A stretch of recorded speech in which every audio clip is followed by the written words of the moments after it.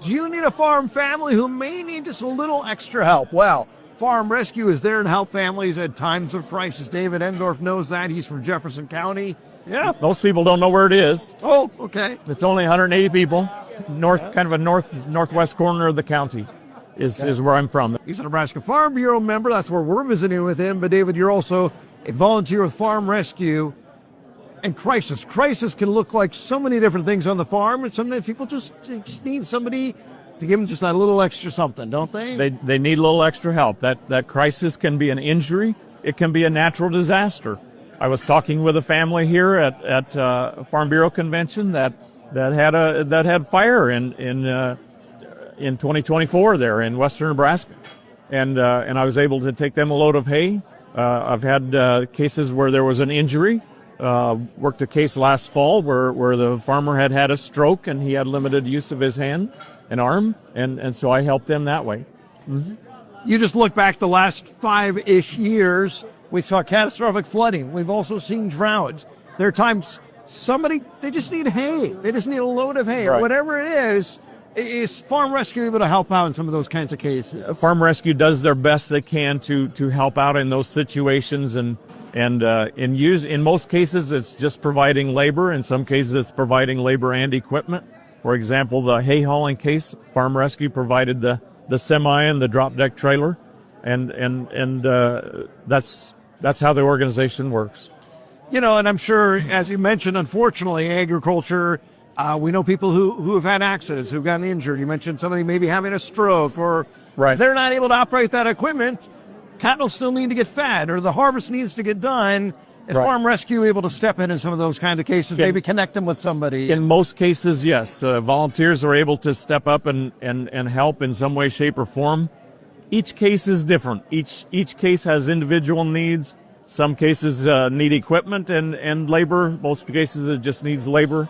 But we analyze. There's a board of directors that reviews the application for each case, and they do their best to help everyone that they can. Yes. And on the information you gave me, it says the track record speaks for itself. 3 years after receiving Farm Rescue assistance, more than 90% of those families have maintained their operations. I mean, that's what this is about: is keeping family farms on the farm. We don't want that crisis to then force them off the family farm. That is correct. Yes. And it's not a handout. It's what I would refer to as a hand up. It's just to help them through that crisis, to get them over the hump a little bit, to be able to move on to the next step in their lives. Yes. So David, you're somebody, you retired, you had a sale, you're looking around, you hear this idea. Would you encourage other people who may be in that kind of position, who've got a little time in their hands and maybe a little farm background, to say, you know what, I can step up and help this way? I would encourage volunteers. We're always looking for volunteers, because as people get older, just like myself, some have health problems and some step back from being volunteers. I've known volunteers that have been volunteers for over 10 years, and most of us, like myself, been a volunteer for 2 or 3, and sometimes it's the first time volunteer. And so we all do our best to fill in the needs where we can.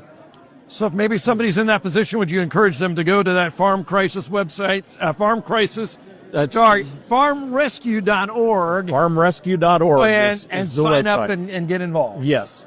And I was out at Husker Harvest Days, and we spread out a lot of brochures, and we encouraged people to also not only volunteer themselves, but if you see a neighbor that obviously needs some help, to go ahead and nominate them, to send in an application, fill out an application for them, because we all know that farmers and ranchers have a lot of pride and they don't like to ask for help. Right. And so that's an important part of it too. If Farm Rescue doesn't know about a person that needs help, then we can't help them. So, well, David, anything else you want to mention? It's just a great organization. It's a very fulfilling opportunity to help other people. And to volunteer, it's in my life, it's filled my need to have something to do in retirement, something to fill some time, something to help other people. My own personal story: in 2004, my farm was hit by a tornado, and over 40 people showed up. This is my way of giving back. Yeah. And I think we all know those situations. We all know somebody who you know, we've seen the harvest beer. We saw somebody who needed help somewhere, and somebody stepped up. Right. To be able to pay that back is really cool. So for more, again, Farm Rescue, it is a nonprofit organization. They can help you with planting, haying, harvesting, feeding, lots of different needs. If you either know somebody who needs help, or if you're able to help, we'd encourage you to go to farmrescue.org. David Endorf, thanks for being with us. You're welcome. Enjoyed it. All right.